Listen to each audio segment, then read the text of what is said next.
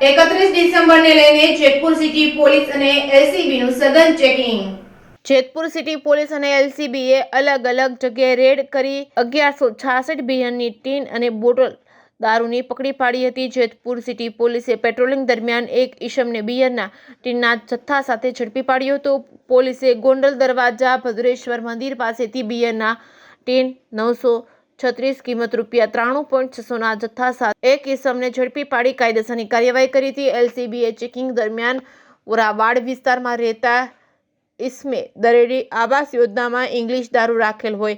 એલસીબીએ 230 નંગ બિયર અને 36 નંગ ઇંગ્લિશ દારૂની બોટલ કિંમત ₹36.600નો ઝડપી લઈ એક ઈસમની ધરપકડ કરી અને કાર્યવાહી કરી હતી। જેતપુર સિટી પોલીસ તેમજ એલસીબીએ અલગ અલગ ચેકિંગ દરમિયાન ઇંગ્લિશ દારૂની 36 બોટલ અને બિયરના 1166 ટીન મળી ₹1,30,200ના મુદ્દામાલ સાથે 2 વ્યક્તિની ધરપકડ કરવામાં આવી હતી।